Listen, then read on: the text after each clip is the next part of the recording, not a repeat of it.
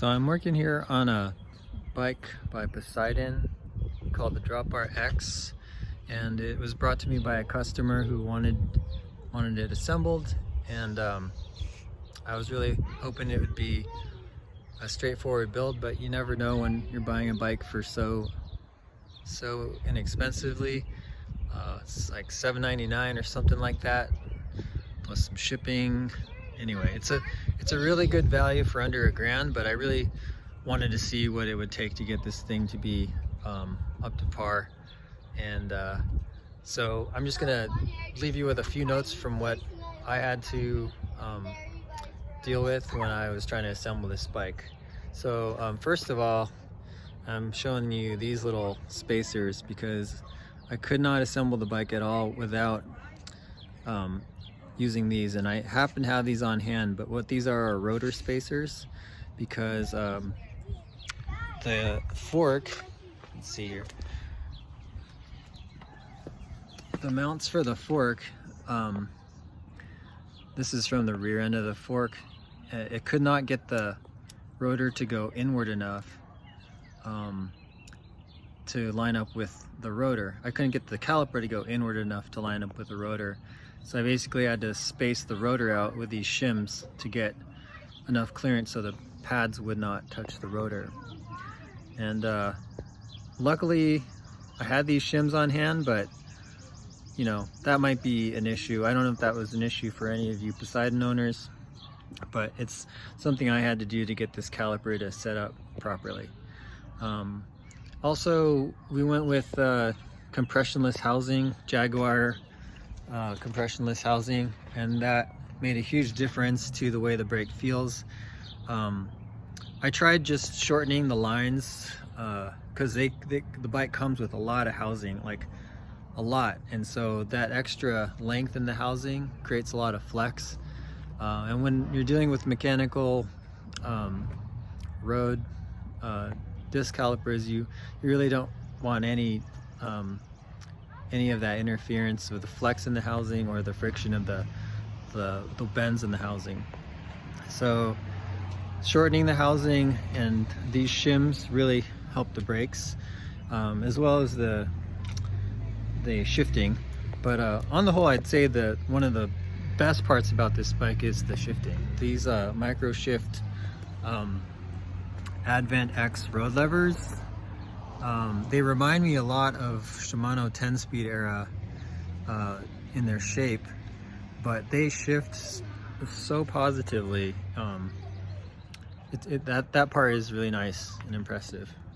But before the shifting was good, the derailleur hanger needed to be bent back into position, because I don't know if it happened in shipping or at the factory, but the hanger was really bent inward and caused the chain to skip over the large cog and into the spokes. Let this truck go by here. So you really want to get that straightened out, and I think RJ, the bike guy, has some good tips for those of you who want to, you know, make a derailleur hanger alignment tool from scratch or from home or from hardware store. But otherwise, I'd recommend just taking it to your shop and getting that thing aligned. But once it was aligned, everything was super. The other thing you might want to do is adjust the hubs. Hopefully you have some cone wrenches. You really want to make sure the hubs are adjusted, because the ones on this bike anyway are really tight and created a lot of resistance, and that's just one of those things. If you want the bike to go fast, you probably don't want the hubs to be locked up. Lube the seat post really well, because I don't know, something about the way it was bored out, it was kind of hard to get the seat post down the seat tube here. And let's see, that's about it. I mean, the other thing I might say is the bike comes with 3 spacers, 2 10 mils and 1 5mm spacer, and I ended up having to put the 5mm on the top just to make sure that there was enough steer tube under the stem to make sure that that clamp wasn't just clamping on air.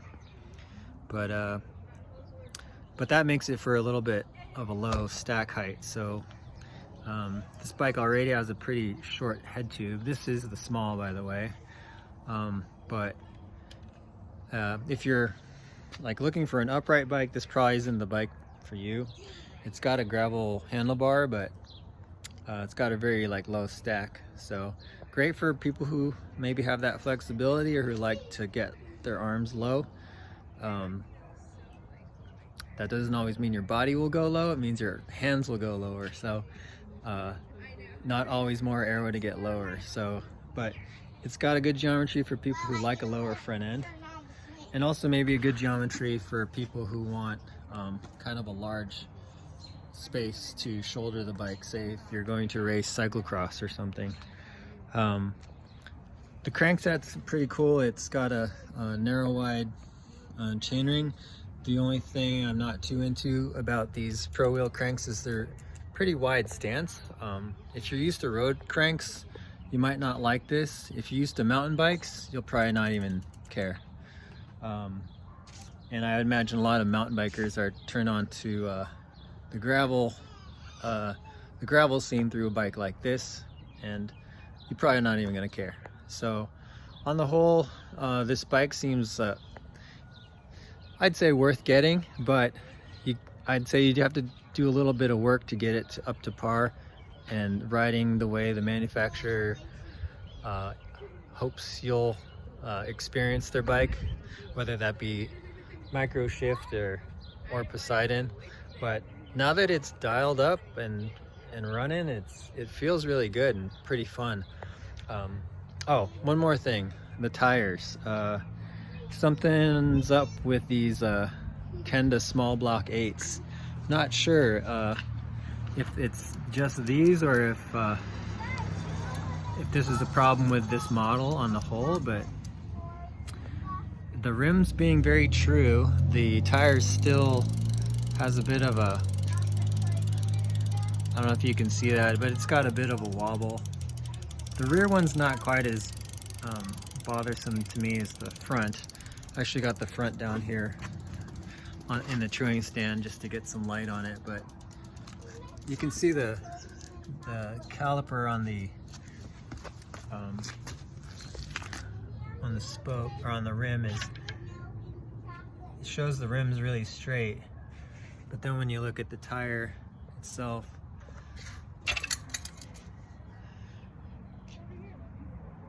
it's got a bit of a,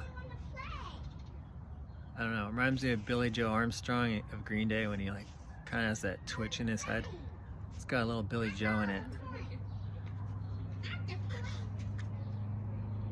Anyway, that's my notes from the Poseidon X build. Let me know if you have any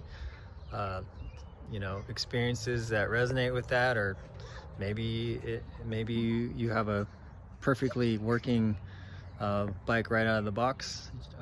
Go ahead and comment below, but otherwise I'd say enjoy this bike if you get it, or if there's one available in your size, I'd say go ahead and get it, but take it to your mechanic if you're not already that mechanic. So anyway, have a good one.